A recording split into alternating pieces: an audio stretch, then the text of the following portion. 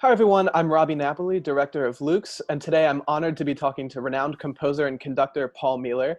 For anyone who might not know Paul's work, I'll just give you a quick version of some of the awesome things that he's done so far in his career.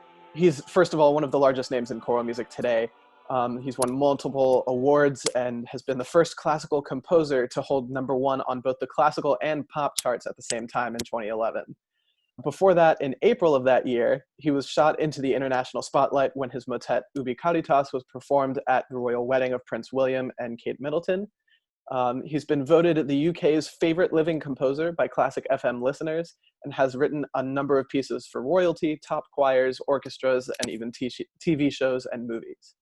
And as if that weren't enough, he's also taught at the University of Aberdeen's music department since, I believe, 2003. Is that correct? That's right. So doing a lot of amazing things in the choral world and really, really serving as a great advocate for it. So thank you for being here, Paul. We're really excited about it. My pleasure. I'd love to kind of just start well, firstly, with in the now. And I'm curious, what kind of things have you been up to in lockdown and kind of in the intermediary? Thank you for that lovely introduction. It's over, you kind of forget what you've done, but it's nice to have it said back. So I thought, wow, did I do all that? But I think lockdown for me is, strangely, in terms of my day-to-day stuff, hasn't really changed because I get up in the morning, I do my exercise, and I spend 5 hours writing music, and I've done that every day, apart from the weekend. And so that's carried on. And so the great thing is that for me, at least, and I know this isn't the case for most people, but for me, people have still been asking me to write stuff. So I've carried on that schedule. So I've been able to just carry on, which is great because I just don't know what I'd do if I wasn't working. You know, I mean, I can't imagine not. I mean, at the weekends when I decide not to write at the weekends, but I feel like I'm wasting time. You know, so I've written a lot. So I wrote a number of big pieces, particularly written. We're having trouble here in the UK because of the COVID-19 in the arts, as I'm sure it is everywhere in the world. And cathedral music. We have these wonderful cathedrals in Britain with these fabulous full-time choirs, and of course, with income down from people visiting, that many cathedrals don't know what to do, how they're going to be able to pay for their choirs. So I've got involved with this thing called the Cathedral Music Trust, which has raised so far £1 million. That's incredible. It is amazing. People have just given to protect this heritage and this culture, which doesn't exist anywhere else in the world. Absolutely. And so I've written a number of pieces for virtual Evensongs and virtual Compline. And we've been amazed that so many stars have joined us. I mean, we're doing a virtual Compline next month. With 70 singers from cathedrals, from Westminster Abbey to Portsmouth, to all these singers are joining us for that. And Eddie Redmayne, the great actor, Oscar-winning actor, is going to read the lesson during the service. So people have just jumped to help us, which has been fantastic. Because the thing is, once these things go, they never come back. So we have to protect them, and I think people have realised that. So that's what I've been doing so far. That's really wonderful. I'm so glad to hear that there is these organizations now that are kind of popping up that are here to kind of almost fight back and really help to keep that tradition alive. Because even here on the East Coast of America, that presence is certainly felt. It's powerful. I mean, I grew up in it. I was a choir boy. I know what that education is like, and it's second to none. I mean, from the age of 8, you're singing daily services, and all the great repertoire of Tallis and Tompkins and Bird and Purcell and all these people, and you'll just learn it. And as you change as a boy becomes a man, and you sing all of the parts. So I ended up singing all of the parts, eventually having done bass and eventually arriving back at tenor. So I'm a kind of tenor now, unfortunately. But I always wanted to be a bass. I think that most tenors do. I feel your pain, absolutely. And it was a great education. So I want that to carry on. And I have a huge amount of friends whose income is singing in these choirs. So I'm doing that to support them and support the heritage. Because anywhere in this country, and maybe in the world, if you go into an Episcopal cathedral or church, you will hear the offices: Evensong, Compline, the Eucharist, and all these things. And I think that's just beautiful to know that this is happening everywhere with all of this amazing music, which we have to protect. Absolutely. And I can confirm that I work over at Georgetown in Washington, D.C. at Christ Church. And every other Sunday we have Evensong there. So Yeah, and it's a beautiful service, and it's an amazing thing because I've got many friends of mine who are atheists or agnostics, and they don't like the idea of the service, but they love the music. So I have a very good friend of mine who's professor of maths here called Dave Benson, who is an atheist but goes to Evensong because he loves the music, Absolutely. and there's nothing wrong with that. I mean, that's great. Certainly. So I kind of want to back up a little bit towards the beginning, so to speak, of your kind of musical career. I know you mentioned growing up in this world of cathedral music and singing in the boy choirs and things like that. Can you talk a little bit about that? Is there anything that you kind of remember, maybe like what was that first thing you can think of as like, oh wow, I want to do choral music stuff for a living? Well, yeah, I mean, it starts a strange start to the story. And every time I talk about this openly, I go around talking about this now. And I always get somebody coming to me after saying, oh, I had a similar experience, but they were too afraid to say. But I grew up in North Wales, which is, an ancient Celtic place, and an island called Anglesey, and I grew up there. And of course, in that island, there's wonderful rivers and mystical places. And my brother, who's much older than I, used to look after me. And so we were in a river in Lligwy, which is a beautiful Welsh river. And I couldn't swim at this point. I was only 9. And my brother had gone down the river to try and find a crossing. And me being quite a naughty kid, I was quite naughty actually as a kid. I didn't listen to people. And I decided to test the water, and I fell in, and I was drowning. And I couldn't get my brother here because he was away, quite a way away. And I just realized that I was dying and I was going to die. And at that point, something happens, and I hear it in poetry and stuff, that you surrender to death. And I never quite knew, of course, what that was until it happened. And you give up, you stop. And it happens. You realize there's nothing you can do. And at that point, the most amazing warmth came over me, the most amazing feeling that I ever had. Never had it since. And I knew that there was something else. I didn't know what, didn't hear any voices or anything like that, but I knew that where I was going wasn't so bad. But then I was dragged out, and I was unconscious and resuscitated. And I said to my parents that I want to find out what that feeling is, what it is, what's the sense of it, because there was no sense of it. You remember, as a kid, you don't really think properly. And so my dad took me to the cathedral in St. Asaph and said, look, we'll meet with the dean of the cathedral, and you can talk to him about this. And so as I went into the cathedral to meet with the dean in St. Asaph, which is the city where I kind of spent a lot of my time, the choir was rehearsing. And it was a boys and men choir, so boys trebles singing the top line, and then alto males and males tenor basses, obviously.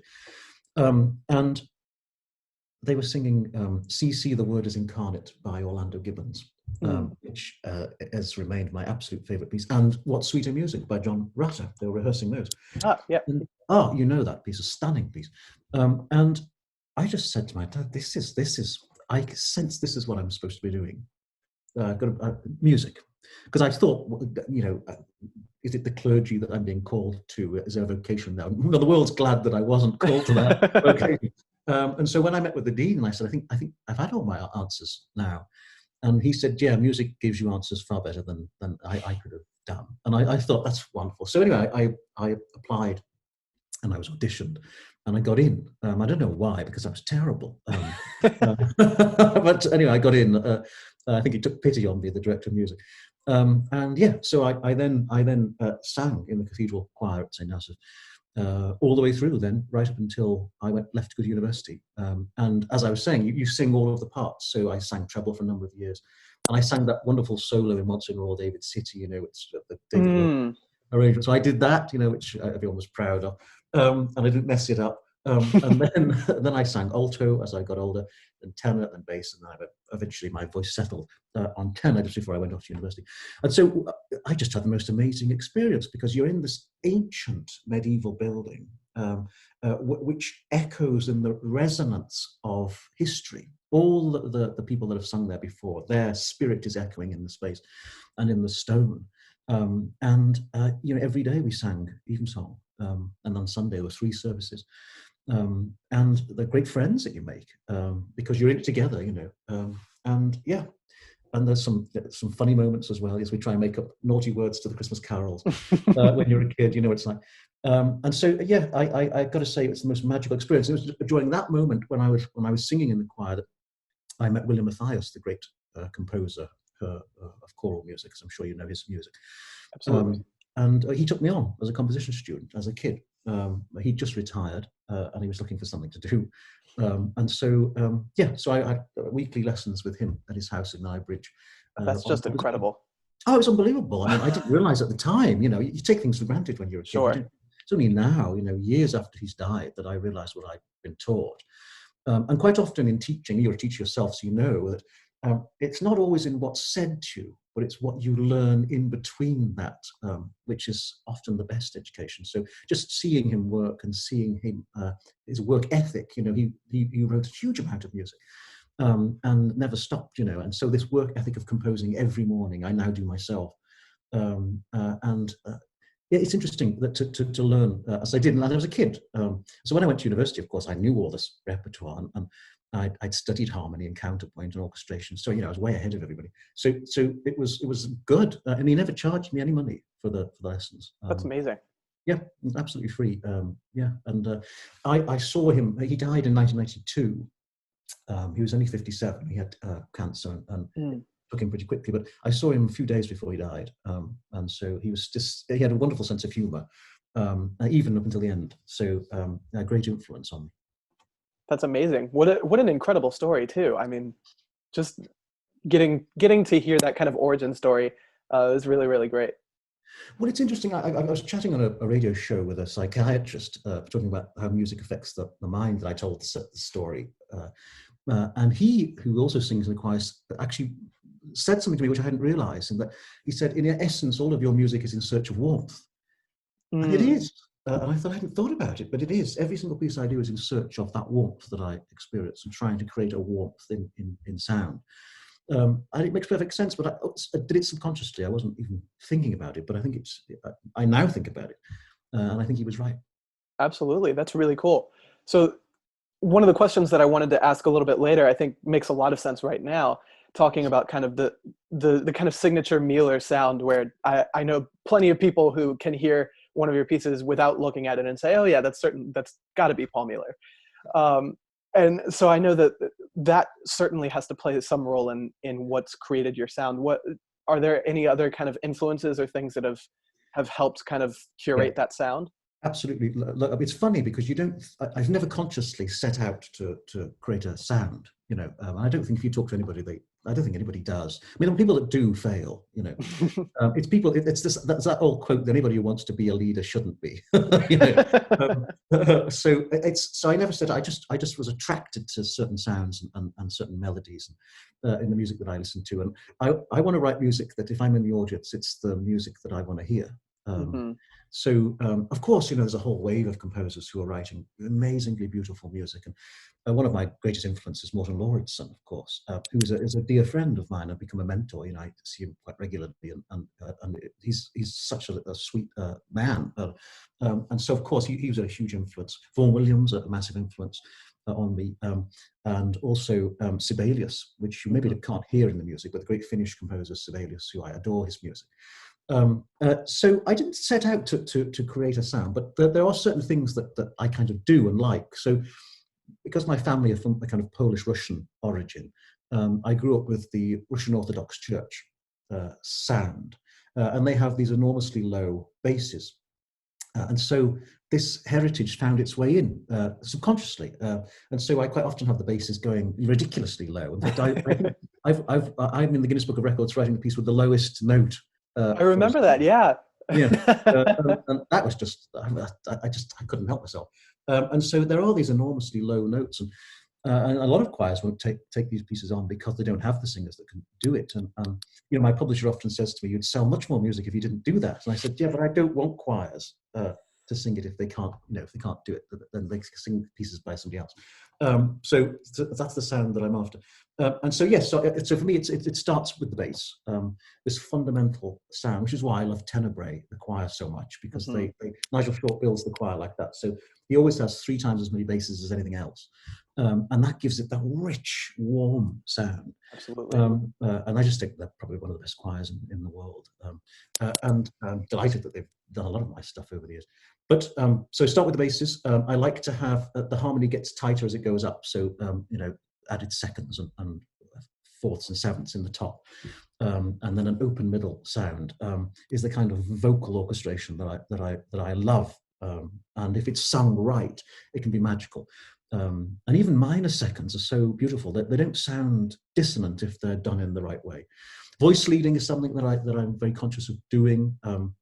And people often say, "Oh, you have all of these amazing chords in your music," but I don't. I mean, if you take a piece like Locusisti, I don't know if you know that piece. There are only 4 chords in that piece, but they're spelt differently each time they appear. Right. So there's an added second here or an added fourth, but it's still the same chord.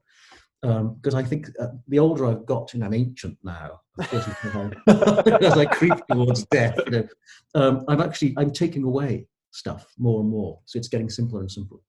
And I think that's what happens. So they're the kind of main stylistic points. I like extremely quiet singing and extremely loud singing. So I use all of the dynamics. So in my pieces, you can have 4 pianos, P, P, P, P, P. You can have 4 Fs. And people quite often ask me, well, what does that mean? Well, it grades it. So it means that if 4 Fs is the loudest it's going to be, then you can work backwards to how quiet. Exactly. So for me, it's helpful. It's not helpful for everybody, I don't think. So there's this Russian element, and there's the English church element, of course, which the cathedral music scene, which goes through all of the stuff. I hope that answers your question a bit. Definitely, absolutely. So moving forward to probably the piece that you've likely talked about probably 5 million times at this point. Could you tell us a little bit about the story behind your Ubi Caritas? Because I know it's kind of an interesting story there. It started life as a piece called Now Sleeps the Crimson Petal. Which I love, by the way. Oh, thank you. The whole set is amazing. Thank you. That was written in 2010, so it's 10 years old this year. So I wrote this cycle of 4 pieces based on roses and flowers. And the first movement is called Now Sleeps the Crimson Petal. It's a setting of Alfred Tennyson's beautiful love poem. And anyway, I was phoned up by Prince William, the future King William V, phoned me up and said, I'm William Wales, and we want to use this piece, Now Sleeps the Crimson Petal, in our wedding. So I was absolutely blown away by, of course, I'm delighted. Why wouldn't I be? So that was that, and then obviously there were discussions about it. And one of the discussions was that Westminster Abbey felt that it was quite a raunchy poem. If you actually analyse it, it's about 2 lovers lying naked in each other's arms under the stars. And the Dean of Westminster Abbey thought that wasn't quite appropriate service. And so I thought, well, he's got a point. So I said, look, why don't I write something else? And they said, no, we want that music. We like it very much. But I said, why don't I recast it to different words? And so that was all agreed. And so I had 3 hours to rewrite the piece. 3 hours? Yeah, because the music had to be signed off by the Queen. She had to sign everything off before it was going to be announced. So I cancelled all my first-year harmony classes. No one was complaining about that, I can tell you. And I sat down and I did it, So I turned Now Sleeps the Crimson Petal into Ubi Caritas, which is no easy thing to do. There were a number of stipulations because it was a boys' choir and men rather than women. It needed they needed to raise it up a bit because boys can't sing low G sharps. So I had to shift the key, which was fine. And of course, when you shift the key, the whole piece just changes. The color is just completely different, right? It is. It's amazing. And then I had to rebar it, of course, because the stresses of the Latin words of Ubi Caritas are different. And the one thing that the Duchess of Cambridge had asked me to add is she adores the sound of one single boy singing. So it was a magical sound. So at the end, I add just one little solo treble sings the plain chant, right, of the original, 5th century plain chant. And so anyway, I did it in 3 hours. I sent it off to James O'Donnell and the choir at Westminster Abbey, and they recorded it there and then on an iPod. And it was whisked off to the couple and to the Prince of Wales and to the Queen, who then signed it off, and that was that. So yeah, it was quite an epic few weeks when that happened. But what an amazing gift that they gave me to choosing that, because at that point, I'd written a load of stuff, but by no means would I have qualified to a big commission like that. And when I saw who the other person was that they commissioned, John Rutter, I thought, well, he's like a choral god, isn't he? And I was amazed that they'd chosen me, but they just liked the piece. And I think that says a lot about them, that they would take that risk on a relatively unknown composer. And of course, when it was broadcast, it was put in the best place in the service. I mean, it's the piece of honor, because the only a cappella piece, the only piece in Latin, and it happens just as the couple leave their seat and walk up to the altar for the final prayers. And so there's a wonderful image that someone sent me, the picture of the Prince William and Catherine at the altar, and then the choir singing my piece, and it was a stunning moment. And I was warned that people might want to talk to me about this after the wedding, and I didn't think that they would, because there's no big tune. It's not like Rutter's piece where there's this glorious tune. This is quite an unusual piece, so I didn't think that it would become popular. But the place went nuts. I had 70,000 emails from all over the world. I had people phoning me. I don't know how they got my number. I had letters from people, loads of them. I've kept them all. I think I've responded to everybody that contacted me over time. I think I have. I hope I have anyway. And there's some wonderful emails from people that had never heard Latin before. There's a guy from Australia who wrote to me and said, "I never heard that. What language is that?" And doesn't go to church, so obviously hasn't come across it. I had a lovely letter from a guy from Texas who's now become a friend of mine. And he wrote to me one of the most powerful things anyone's ever written. I mean, he said, on the day of the royal wedding, I had a rope around my neck. And I heard this music, and I took the rope from around my neck to find out what the music was. And you saved my life. Wow. How do you answer that? Wow. So, yeah. So he's had help, and this is years ago, and he's joined a choir and he sings. That's so amazing. His life has changed completely by music and by chance. That the music was playing that day. That but you just never know with music how it's going to affect people. So it was the most remarkable few weeks. I can tell you that. And I was on every TV channel talking about the piece. So I know it quite well now, this piece. Absolutely, right. Yes. And of course, it began a wonderful relationship with the royal family. So I've written loads of pieces for them since. I wrote pieces for the christenings of Prince George and Princess Charlotte and Prince Louis. And I wrote a lullaby for Prince George when he was born, called Sleep On, and pieces for the Queen for the Diamond Jubilee, and yeah, so it's many pieces for the Prince of Wales, the future king, yeah, it's been a remarkable journey. So yeah, I'm very grateful for them for choosing that. How amazing. So around the same time that was happening, maybe in that kind of 2010 through 2012 type of sphere, was about the right time where you would have been writing She Walks in Beauty. Is that right? That is right. Yeah, that's right. And so you were writing that for Octavoce. And can you tell us a little bit about, how that commission came about and some of the context of the piece a little bit?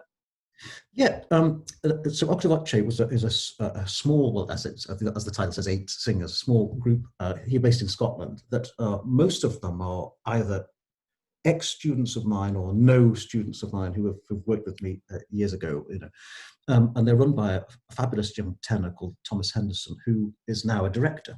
He studied opera directing in Italy, fluent Italian, and now goes around the world directing operas as well as singing in this group. So he asked me if I'd write a piece for their first big gig in Edinburgh, and so I said I would, So they wanted a secular piece because it was going to be all about English poets, or British poets rather. And so they said, choose whatever you like, as long as it's secular, it's not religious. And I don't write that much secular music, strangely. Most of my music has a kind of spiritual, religious edge. So I try and find a poem that had something in it that was magical. And I've been a huge fan of Lord Byron, the wonderful poet Lord Byron, who everyone said was mad, bad, and dangerous to know. I thought I'd like him straight away. I live in Aberdeen in the northeast of Scotland, and Byron went to school here, and there's a statue of him outside the school. And he was a fascinating person because he suffered with a deformity of the leg. And so he couldn't do sports and stuff like that. And he was the butt of many jokes and stuff. But instead of breaking to it, he actually he became stronger. And so he became an incredibly strong person. I'm going to go a little bit risque here because this is the truth. I mean, he was very fond of the opposite sex, should we say, and he's known that history of having had lots of girlfriends, and didn't treat them so well, except one. And so he was sat in a cafe, and through the bushes or the trees, this woman walked through the trees. They'd never met, they didn't know each other. And at that moment, he was just so blown away by her beauty that he couldn't bring himself to even speak to her. And he realized at that moment all the bad ways that he treated women, and that actually, beauty is just beauty. It's something profound. And that's when he wrote the poem, She Walks in Beauty Like the Night, and it's the most amazing poem of someone that suddenly realized what love is, and it does take a long time to figure out what love is. And yeah, it does. What a true love is, not infatuation, which is what we tend to have when we're very young. But this love is something much deeper than that, and it's profound. And so I was attracted to the poem straight away because it's so different to all his other poems. And it's not about him being arrogant or cocky, which most of the other poems are. This is him really understanding one of the most important points of life. And I don't think he ever spoke to the woman. I can't remember the rest of the story, but I don't think he ever knew who she was. I may be wrong on that, but I think he just never wanted to because he wanted to break the mystical beauty of that vision. Sure, yeah. And so I decided upon that poem, and it's a short poem. And I decided I'd write something very, very simple, and it had to be in just 8 parts. I couldn't use my normal 12-point vocalization. And so that was a test for me as well at that point, because I was using 15, 16 parts in choir pieces at that point.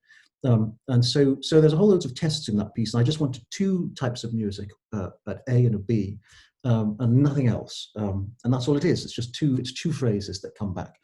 One that is very open, which is a kind of yearning, and then one which is very close harmonic, which is a kind of coming together of the two kind of people. So that's the kind of ideas that I had behind the piece. But it's really become one of my most performed pieces, and I was surprised because when you write a piece, you know if you've got a hit sometimes.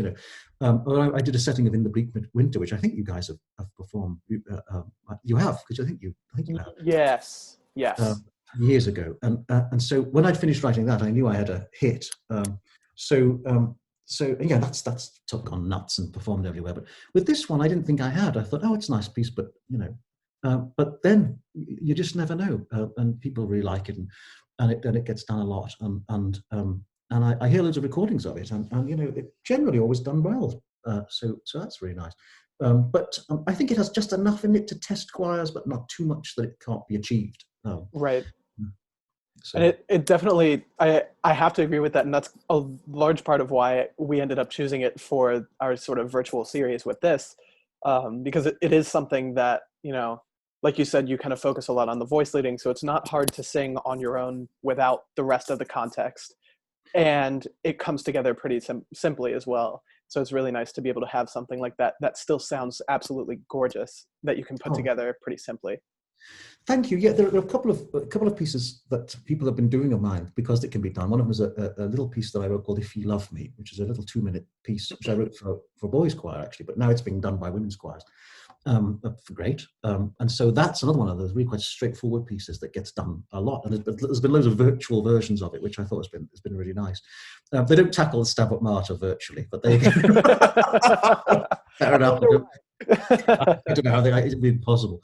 But these pieces they do tend to work. So it's been lovely. And I've just written two new pieces for virtual choir. A setting of Lead Me Lord, which I did, and then a setting of Telice Santi Terminum, before the ending of the day, which are meant as virtual pieces. So you do have to think slightly differently about it.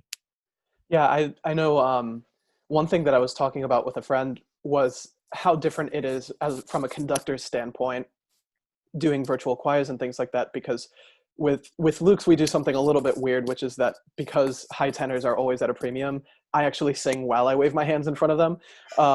And it's such a different experience than in virtual choirs where you go through and you make your markings on the score and you send them out to the singers, but once the scores are in the singers' hands, you're left at the mercy of the singers, which I think in some ways is better, in some ways is worse. But it's really interesting you know, to have to think in that different way of, okay, this is your only chance to convey what you want to be able to convey through the music, and then you get to leave it up to the freedom of the singer.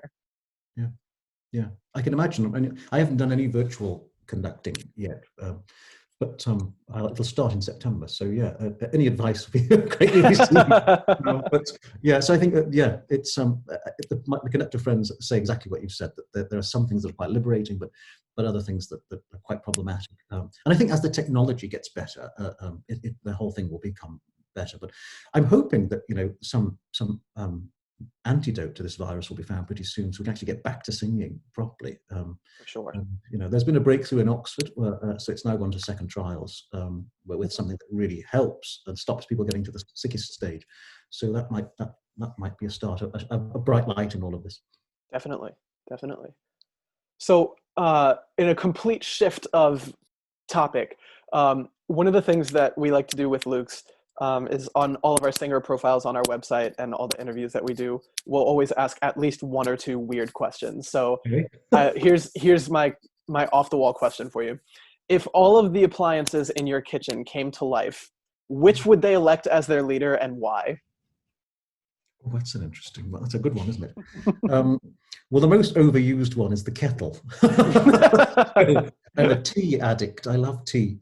So yes, I suppose the kettle would be in charge. I've got a rather nice kettle. It's an old one, an antique one, and it's rather grand, and it puts the rest of the kitchen to shame. So it would certainly be very, very kind of princely. The kettle, yeah, the kettle, I think. Amazing, amazing. I love it. So we've hit kind of a lot of different topics and talked about a few different things. Is there anything that you'd like to discuss that we haven't talked about yet? I want to thank you for all the work you're doing with Looks, and you've got your new albums come out on Spotify, which I haven't listened to yet, but I'm going to. That's my weekend job, so good luck with that. Thank you. And well done, all the amazing work that you're doing. You're doing extremely good work, and it's a pleasure to know you.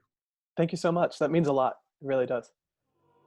So for all of you who are out there listening and watching, just a couple of things. We want to make sure, firstly, that you keep an eye on our website and on our social media for Luke's, so that you can see Mealor's She Walks in Beauty when that comes out, and when this interview comes out as well. And if you want to learn more about what Luke's is doing and some of the performing and educating and things that we've been doing, you can check us out at choirlukes.com. And if you're interested in what Paul has been working on and his music and publications, you can find his website at paulmealor.com. And you absolutely should. He's doing obviously incredible work, and we're really glad to have been able to have this time with you and to be able to share this with people and all of that. So thank you. Thank you. It's my pleasure.